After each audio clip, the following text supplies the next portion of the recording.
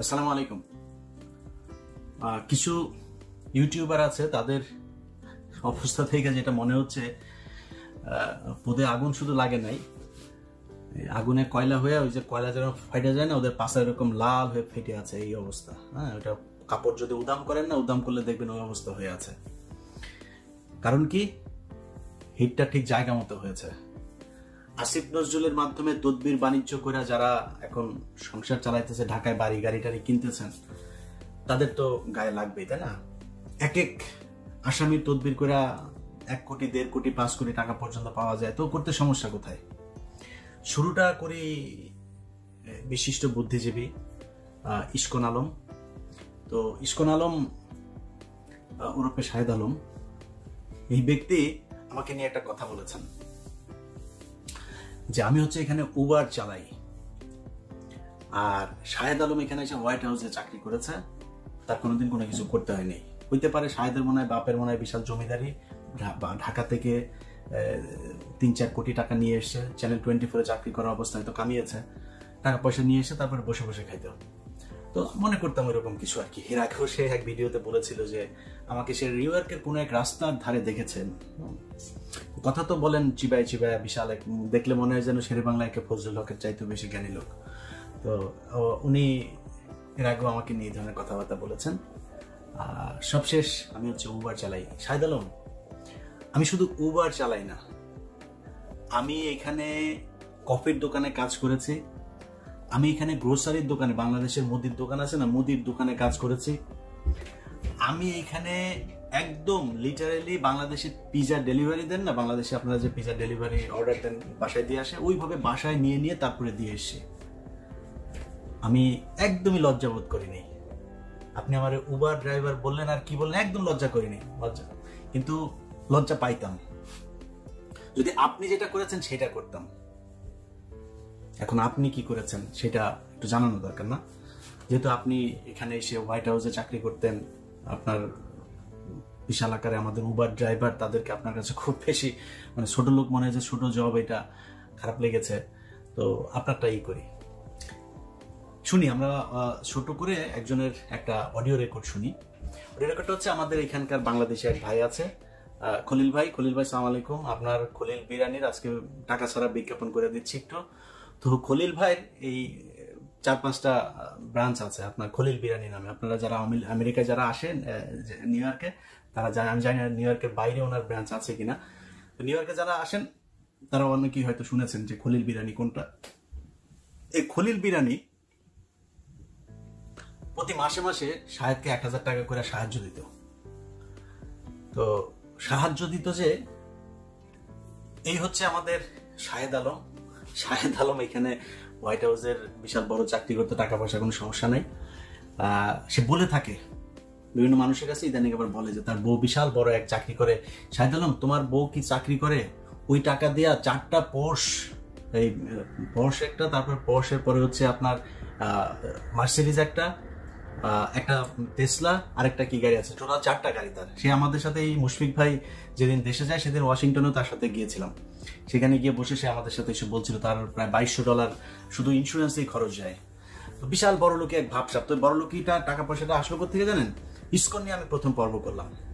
সেই ইসকনের কাছ থেকে মাল খায়া তারপরে সে এখানে বাড়ি টাড়ি করে এখন কয় তার বউ। তোর বউয়ের কোথায় কোন ইনকাম, তোর বউয়ের ট্যাক্স ফাইল দেখাইতে বল। আমি আমার তোর ট্যাক্স ফাইল দেখাবো, তুই ট্যাক্স ফাইল নিয়ে তুই বসতে চাস কোথায় বল, মনি রাইতার বাইরে বল যে তোর নিয়ে বসতে চাই, তুই বসে আমার দেখাবি, দেখায় তারপর তুই ভিডিওতে বলবি হ্যাঁ ইলিয়াসে দেখাইছে আমার বউয়ের এত টাকা ইনকাম। ছোট লোকের বাচ্চা কোথাকার তুই বেটা, বিরিয়ানির দোকান থেকে 100 টাকা সাহায্য নিয়ে চলছিস তুই শাহেদ আলম। ভিক্ষা নেই নাই বেটা, কাজ করে খাই, সারা জীবন কাজ করে খাবো, কোনোদিন ভিক্ষা নেব না, কোনোদিন কোনো মানুষের 1 টাকা হক নষ্ট করবো না। That's I am. অতএব মানুষের ব্যাপারে কথা বলতে গেলে না, নিজের নিচে ঠান্ডা করে তারপরে কথা বলবে। তুই আমার পরিবার নিয়ে কথা বলছিস। অনেক মানুষজন, আপনারা, এটা সুশীলদের বক্তব্য, আপনারা কিন্তু বলেন না যে ব্যক্তিগত জীবন টেনে এখানে কথা বলো। নো, যে ব্যক্তির ব্যক্তিগত জীবন খারাপ সে কখনো এই সোশ্যাল মিডিয়া কিংবা রাজনৈতিক জীবনে সে কখনোই ভালো হইতে পারে না। ব্যক্তিগত জীবন ভালো হইতে হবে। ব্যক্তিগত জীবনে কেউ যদি খারাপ কিছু করে সেটা আলোচনায় আসা উচিত। তুই যে অভিযোগ করেছিস, এই অভিযোগ যার করা উচিত তারে করতে বলে, তারপরে জবাব পাবে কি।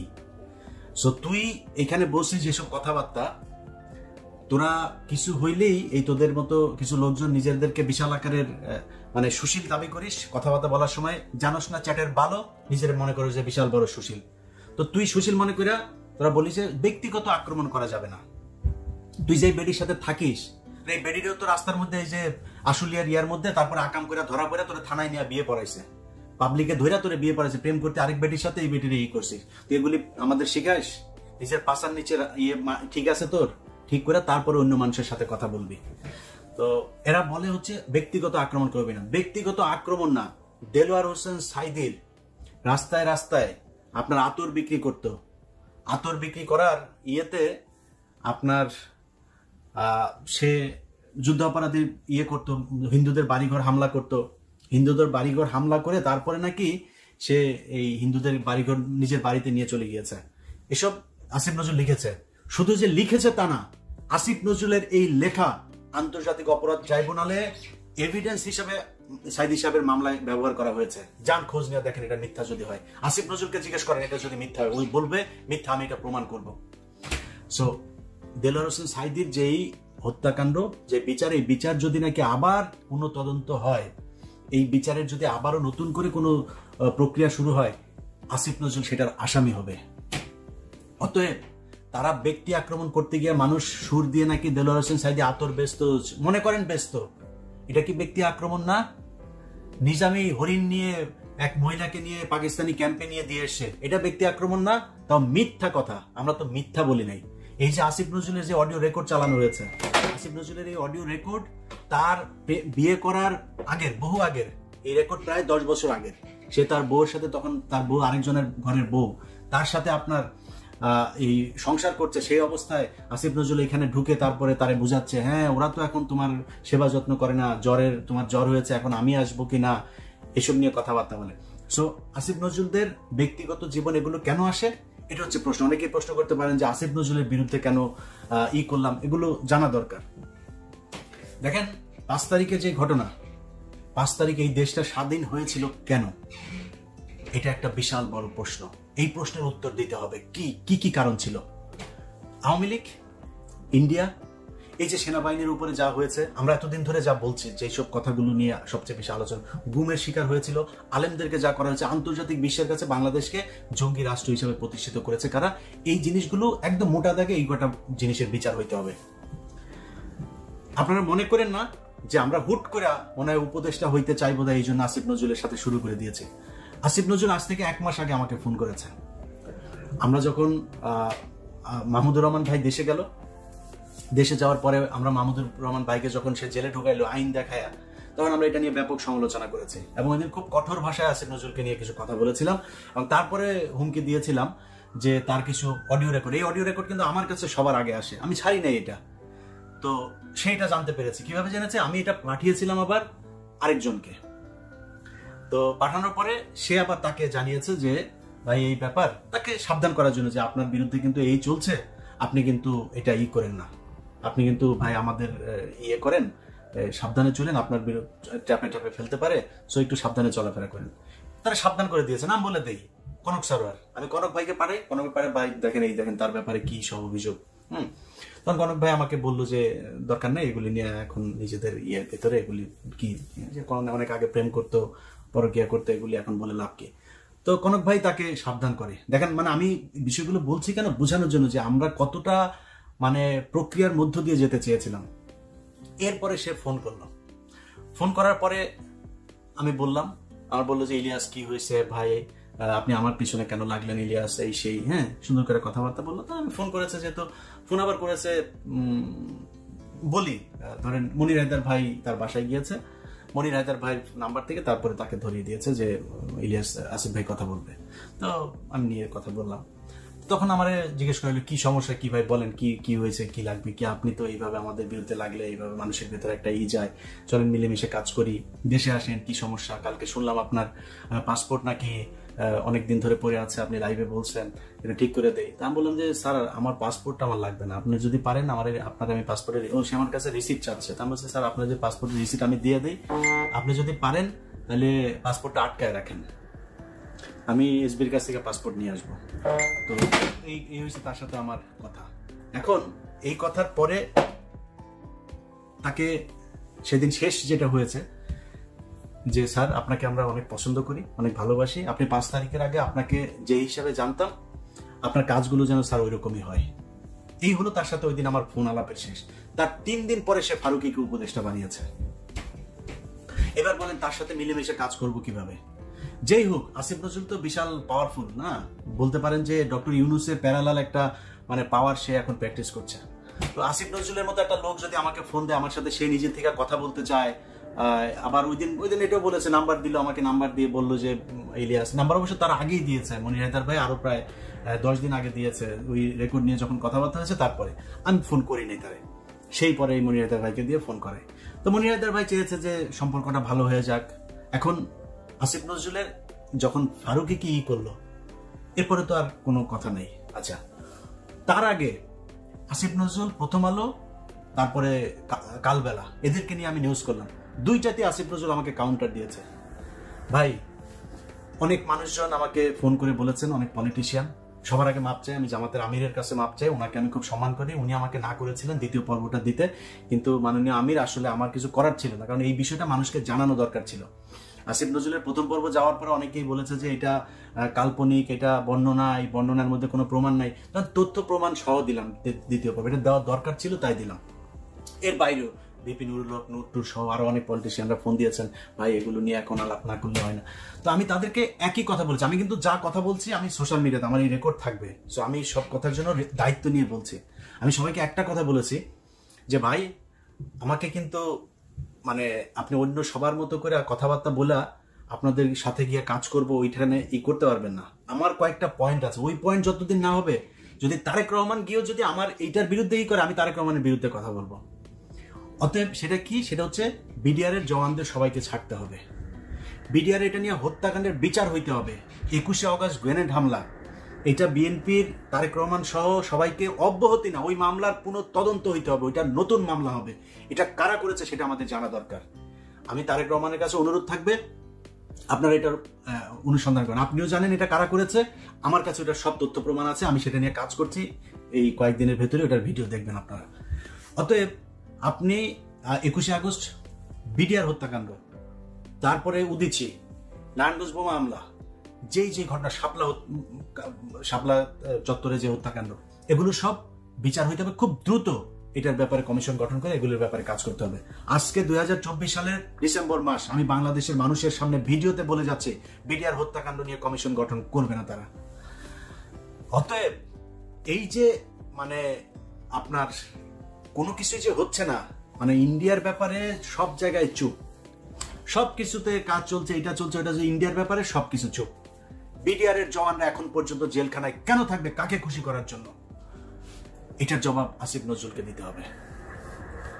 তো সব এই রাজনীতিবিদ থেকে শুরু করে যারা যারা ছিল সবাইকে আমি এক কথাই বলেছি যে ভাই, আমি আসিফ নজরুলের প্রতি আমার ব্যক্তিগত কোনো ক্ষোভ নাই, আমার রক্তের গ্রুপ কিন্তু ইন্ডিয়া নেগেটিভ, আমি ইন্ডিয়ার ব্যাপারে কোনো কম্প্রোমাইজ করবো না। ইভেন শেখ হাসিনাকে যদি আমি প্রমাণ পাই, তথ্য পাই, ওটা দিয়ে সম্ভব না, ফেরাউন ওইটার হেদায়েত হওয়ার দিন শেষ, কিন্তু সে কথার কথা বলছি, শেখ হাসিনাকে যদি প্রমাণ পাই ও ইন্ডিয়ার বিরুদ্ধে কাজ করছে, আমি শেখ হাসিনার পক্ষে কাজ করবো।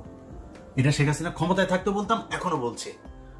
অতএব আমার সমস্যা হচ্ছে ইন্ডিয়া, এই দেশের যত সমস্যা, সব সমস্যার মূল হচ্ছে ইন্ডিয়া, যত কিছু সমস্যা, সব সমস্যা ইন্ডিয়া বাধায়। অতএব তাদের এটার বিচার করতে হবে, কারা কারা, কোন কোন সেনাবাহিনীর অফিসার, সেনাবাহিনী এদেশে বিচারের উঠছে না, তাদের বিচার করতে হবে। কোন কোন সেনাবাহিনীর অফিসার এই গুমের সাথে জড়িত ছিল? শুধুমাত্র জিয়াউল হাসান আর ওই ক্যাপ্টেন সোহেল, এই 2 জন সব হত্যাকাণ্ডের সাথে জড়িত না, আরো অনেকে আছে, তাদেরকে ধরতে হবে।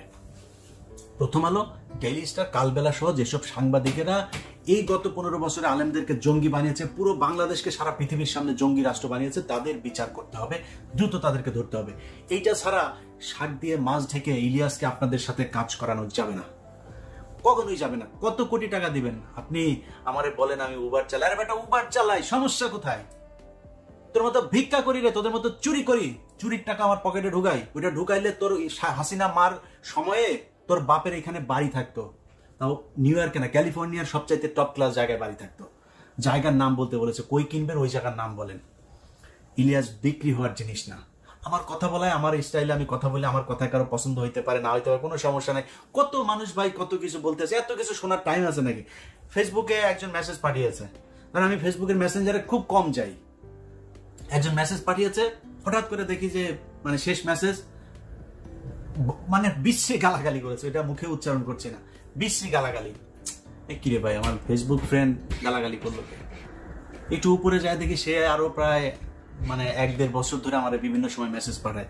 আমি আসলে মেসেজ তো চেক করার সময় পাই না ভাই, আমার এত মানে সময় নাই। এখন আমি কি করবো? আপনি আমার কাছ থেকে জোর করে যদি মনে করেন একজন ফোন করেছে আমি ধরতে পারিনি, একজনের সাথে ফোন করে ভাই আপনাকে একটু পরে কল দিচ্ছি, বা একজনের সাথে কথা বলছি, আরেকজনকে বলছি, আরেকজন কল করেছে আরেক ফোনে, বলছে ভাই একটু পরে কল দিচ্ছি, ওনার সাথে 1 ঘন্টা কথা বলেছে, ভুলে গিয়েছি এর আগে কে কল করেছে, আমি কল করতে পারিনি। এইটুক কমন সেন্স থাকার দরকার যে আমার মতো একটা জায়গায় বসে অনেক গুরুত্বপূর্ণ মানুষজনের সাথে কথা হয়, অনেক গুরুত্বপূর্ণ কাজ করি, একা মানুষ, অতএব আমার ব্যস্ততার বিষয়টা আপনার মাথায় একটু থাকা উচিত। সেই ব্যক্তি আমাকে আগে মেসেজ পাঠিয়েছে, ভাই আপনাকে অনেক ভালোবাসি, ভাই আপনার সাথে কথা বলতে চাই, ভাই প্লিজ ফোনটা একটু রিসিভ করেন, প্লিজ একটু মেসেজটা রিপ্লাই দেন, সব শেষ লিখেছে, যা জঘন্য গালাগালি সব দিয়েছে। আমার দোষটা কি বলেন তো? আমার দোষটা ওই লোকের মেসেজ আমি দেখি নাই, ওই লোককে আমি মেসেজ রিপ্লাই দিই নাই, এটাই হচ্ছে দোষ। এরকম কত মানুষ কত দিক থেকে কত কিছু। ভাই আমি তো পলিটিক্স করবো না, আমি বিপ্লব করতে এসেছি। এখানে যেটা করি না এটা বিপ্লব করি। এই দেশের মানুষকে যে কোনো পরিস্থিতিতে, যে কোনো খারাপ পরিস্থিতি বলেন, ভালো পরিস্থিতি বলেন, যেই পরিস্থিতিতেই হোক, এই দেশের মানুষকে সব সময় ভারতের বিরুদ্ধে সজাগ রাখার জন্য যা প্রয়োজন সেটা করব। আমাদেরকে কেনা যাবে না। এখন আপনারা যদি কিনতে না পাইরা তারপরে যদি নাকি আমাদের বিরুদ্ধে যা মনে চায় তাই বলেন, কিছু করার নাই তো। আপনি যদি আজকে ধরেন একটা জিনিস, আপনার সাথে আমার মানে মতের পার্থক্য থাকতে পারে, সেই মতের পার্থক্য থাকার কারণে যদি নাকি কেউ মনে করে যে আপনি আমার বিরুদ্ধে কথা বলবেন, আপনি আমাকে যা মনে চায় তাই করবেন, কিছু করার নাই তো। কিছু করার আছে? আপনি আমার বিরুদ্ধে 2টা ভিডিওতে কথা বললেন, ভাই আমার যদি কোনো কিছু খারাপ থাকে বলে দেন, সমস্যা নেই, কিন্তু একটা জায়গায় মাথায় রেখেন, আমাকে বিএনপির লোক বলে হইলো শিবিরের লোক, আর শিবিরের লোক বলে হইলো বিএনপির লোক। আমার আওয়ামী লীগ বলে না কিন্তু কেউ। আমার বলে আমি উবার চালাই, কিন্তু আমি অসৎ, এটা কিন্তু বলে না। আমার অনেক অবৈধ টাকা আছে, এটা কিন্তু বলে না। That's what I want. অতএব আপনি আমারে যদি মনে করেন আমারে খারাপভাবে উপস্থাপন করছেন, আপনি ইনডিরেক্টলি আমাকে উপকার করছেন। আপনার আছে না, 2 টাকায় বিক্রি হওয়া, তোর মাসে মাসে খুব বিরিয়ানির থেকে ভাগ নেওয়া, শাহেদ তোর বাপ ইশরাককে যা জিজ্ঞেস কর, তোর ইশরাক বাপেকে যা জিজ্ঞেস কর, ভাই ইলিয়াসের কোভিডের পরপর আপনাকে করছিল, গেছিলেন, যা চেয়ারম্যান মহোদয় বলছিল যে ইলিয়াস বোধহয় সমস্যা আছে, তো ওরে একটু দেখা টেকে আইসো। তো চেয়ারম্যান বলছে যেহেতু ইশরাককে, উনি আসছেন আমার সাথে দেখা করতে, যে ইলিয়াসের সাথে যেন দেখা করে আসি। তো ইশরাক ভাই মনে করছে যে ইলিয়াস ভাইয়ের সাথে দেখা করে কি করবো, তো ইলিয়াস ভাইয়ের একটু উপকারও করে যায়, একটু আর্থিকভাবে কিছু যদি লাগে। তো ইশরাক ভাই টাকার খাম একটা নিয়ে আসা মানে ভালোবাসা, যা বলছে এটা কিন্তু কোনো অভিযোগ করছে না, ভালোবেসে তারপরে ইশরাক ভাই এসে বলছে, ইলিয়াস ভাই আপনি তো নানান সমস্যার ভিতরে আছেন, তো করেন, এটা রাখেন, তোর বাপের যায় জিজ্ঞেস কর তোর বাপ দিতে পারছে কিনা, যা তোর ইশরাক বাবাকে গিয়া জিজ্ঞেস কর, ভিডিওতে কথা বলছে। তোর বাপকে এত সহজে কিনা যায় না, অনেক কষ্ট করে থাকে এখানে, যদি প্রয়োজন এখানে বহুত টাকা লোন হয়েছে, আমি বহুত টাকা লোন হয়েছে, আস্তে আস্তে শোধ করেছি, সেটা আবার দাঁড়িয়েছি, উবার চালাইয়া, কপি বিক্রি করা, পিজা ডেলিভারি দিয়া, অনলাইন বিজনেস করা, ইউটিউবে টাকা দিয়া, নানান ভাবে করেছে। আল্লাহ যেভাবে রেখেছে না, অনেক আলহামদুলিল্লাহ ভালো আছে। তো তুই মানুষের নিয়ে কথা বলতে গেলে ধর এই যে মানে ভিক্ষা করা, যদি নাকি কি বলে কাজ করে খাওয়া, এটারে নিয়ে যদি নাকি তুই মানুষের ভুল বুঝাইতে চাস, মানুষ তো বুঝবে না। এখন মানুষ কেন আমাকে বিশ্বাস করে, মানুষ কেন আমার ভিডিও দেখে, মানুষ কেন সব আমাকে সাপোর্ট করে, আসিফ নজরুলকে সাপোর্ট করে না, এরা এখন মানুষের বিরুদ্ধে লাগছে যে সব মানুষ হচ্ছে মূর্খ, ওই আর মাসুদ কামাল আর ওই জাহের আর হইলো গোলাম ময়লা রনি, এই 4-5 জন হইলো গিয়া, আরেক চাঁদাবাজ আছে 2টা, ওই 2 চাঁদাবাজ, এগুলি বিভিন্ন ফ্যাক্টরি থেকে সমানে চাঁদা খাইছে। আরে বেটা, আমেরিকায় থাকিস, কানাডায় থাকিস, তোর পোলাপাইন হবে 2 দিন পরে, তোর এটির চিন্তা নাই, এদের পেটের মধ্যে যে এগুলি ঢুকাইতেছিস এটা তো বের হবে। তোদের মতো এরকম এই ধরনের এই সকল এই টাকা পয়সাওয়ালা লোকজনের পোলাপান রে, ওই ঢাকা যখন কিনা 21 টিভিতে চাকরি করতাম, তখন মা দিবস, বাবা দিবস, এগুলোতে যাইতাম বৃদ্ধাশ্রমে, সব তোদের মতো পয়সাওয়ালা লোকের পোলাপান থাকে। আমাদের মতো যারা গরিব মানুষ না, তাদের পোলাপান কোনোদিন রিক্সাওয়ালার পোলাপান কোনোদিন বৃদ্ধাশ্রমে পাঠায় না, তোদের মতো পয়সাওয়ালা পোলাপানে, কারণ ওই পয়সা ইনকাম করা হয়েছিল অবৈধ পথে। একটু হিসাব করে দেখ, সারা দেশের ভেতরে আওয়ামী লীগ যা করেছে, যে লুটপাট করেছে, তাদের টাকা পয়সা এখন খাওয়ার মানুষ নাই। বস্তায় বস্তায় টাকা দিচ্ছে ঘুষ, বস্তায় বস্তায়, গাড়িতে করে টাকা নিচ্ছে। সেনাবাহিনীর কিছু অফিসার গাড়িতে করে টাকা নিচ্ছে, খোঁজ নিয়ে দেখ। বাড়ির ভেতরে পুরা নিচের আন্ডারগ্রাউন্ড পুরাটা ডলার, এই ওই কারেন্সি, এই কারেন্সি, টাকা এইভাবে সব করা রয়েছে। টাকা একদিনে সরাইতে পারতেছে না, সময় নিয়ে নিয়ে 1 দিন 2 দিন 3 দিন অল্প অল্প অল্প অল্প করে সে টাকা সরাচ্ছে। যা খোঁজ নিয়ে দেখ, টাকা দিয়ে করবে কি? আরে বেটা, সম্মান আর টাকা সবকিছু একসাথে পাওয়া যাবে না। কারণ পাবলিকের বিরুদ্ধে লাগছিস, পাবলিক হলে গিয়ে সব অসহায় গরিব, পাবলিক মূর্খ, পাবলিক সবই ভয়ঙ্কর জিনিস, ভয়ঙ্কর জিনিস। মাননীয় প্রধান উপদেষ্টা, আপনাকে বলি, আপনার প্রেস সেক্রেটারি তার কমেন্ট অপশন বন্ধ করে রেখেছে ফেসবুকের। This is symptom of Awami League fascism.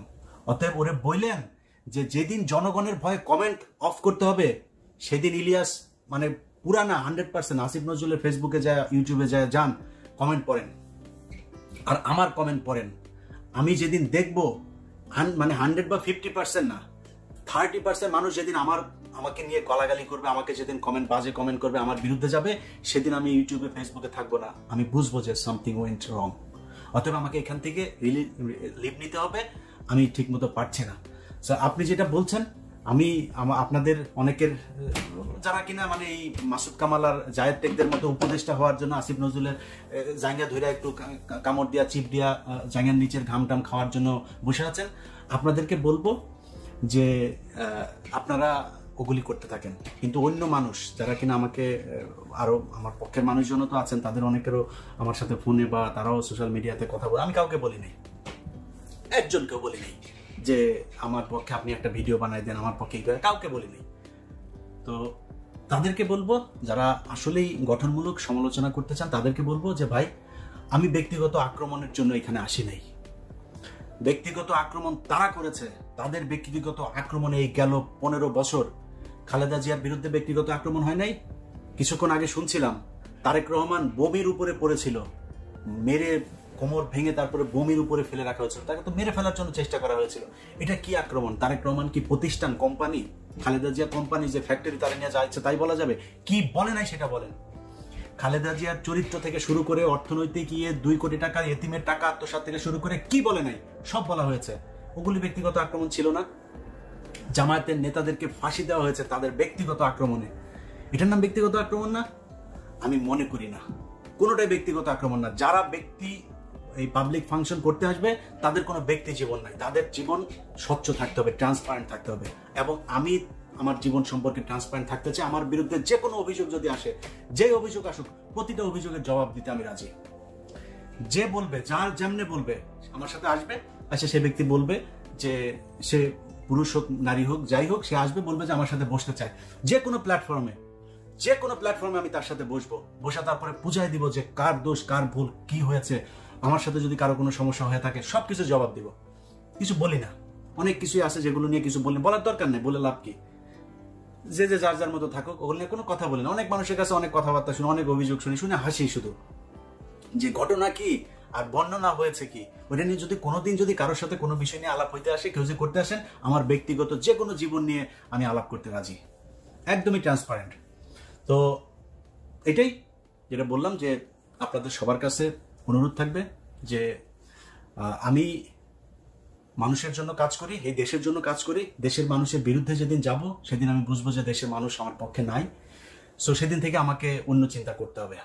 যেদিন শুনবেন যে নিউ ইয়র্কে আমার বিশাল আকারে শাহেদ আলমের মতো 2-3টা বাড়ি, 4টা গাড়ি, তারপরে এইসব মানে লাক্সারিয়াস জীবন যাপন করতেছি, সেদিন মনে করবেন যে আমি গন, আমি আর ঠিক নাই, আমি ভুল পথে চলে গিয়েছি। অতএব ওই জায়গায় কোনোদিন যাব না।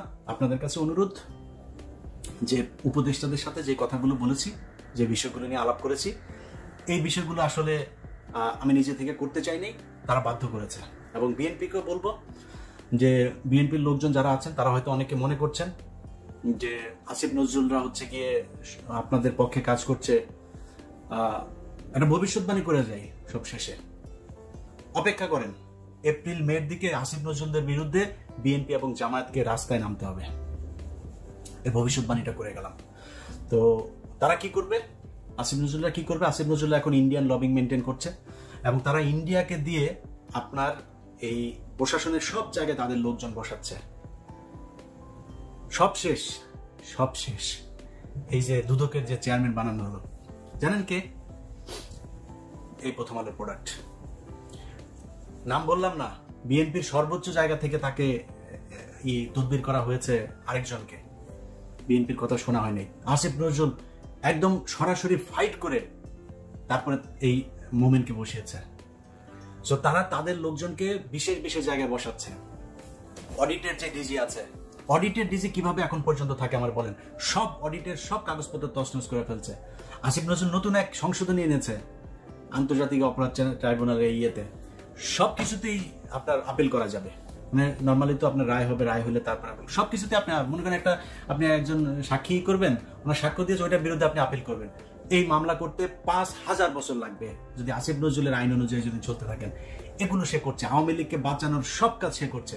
অতএব বিএনপি এবং জামায়াত আপনাদের কাছে বলবো, আমার পক্ষে আপনাদের করার দরকার নেই। আমি দিন শেষে কি ওইটা আপনারা টের পেয়ে যাবেন। আল্লাহ যদি বাঁচায় রাখে আমার মৃত্যুর আগের দিন পর্যন্ত এটা টের পাবেন। কিন্তু আপনাদের ভেতরে লাগানোর জন্য নানানভাবে পায়তারা করবে। বিশেষ করে আমি মনে করি একজনের কথা বলে রাখি, বিএনপির নামগুলো নাই বললাম, অনেকের নাম আপনারা জানেন। জামায়াতের একজনের কথা বলি, জামায়াতের নায়েবে আমির ডক্টর তাহের, ওনাকে আমার অনুরোধ থাকবে ওনার ব্যাপারে জামায়াত যেন খুব বেশি সতর্কবান হন, কারণ এই লোক ভারতের লবিং মেনটেন করেন। সো এরকম লোকজনদেরকে দিয়ে জামাতের সাথে বিএনপির সাথে একটা করবে। এবং তারেক রহমানের কাছে অনুরোধ থাকবে, আপনার দলের ভেতরে যারা যারা জামাত এই ভারতের এই তাবেদার রয়ের এজেন্ট, তারা কারা কারা আপনি খুব ভালো করে জানেন। সো তাদের থেকে যত দ্রুত সম্ভব দলকে উদ্ধার করবেন। আমরা বিএনপি এবং জামাত কোনো দলেরই বিপক্ষে না, দুই দলকে আমরা একই জায়গায় চাই। তাদের রাজনৈতিক মতাদর্শের পার্থক্য থাকবে, ভিন্নতা থাকবে, তারা নির্বাচন করবে, নির্বাচন করে যে জিতে আসবে সে সরকার গঠন করবে, আমাদের কোনো সমস্যা নেই। কিন্তু ভারত এবং আওয়ামী লীগের প্রশ্নে আপনাদের কোনো ধরনের দ্বিধা বিভক্ত, এটা এই জাতির জন্য ভয়ঙ্কর রূপ বয়ে আনবে।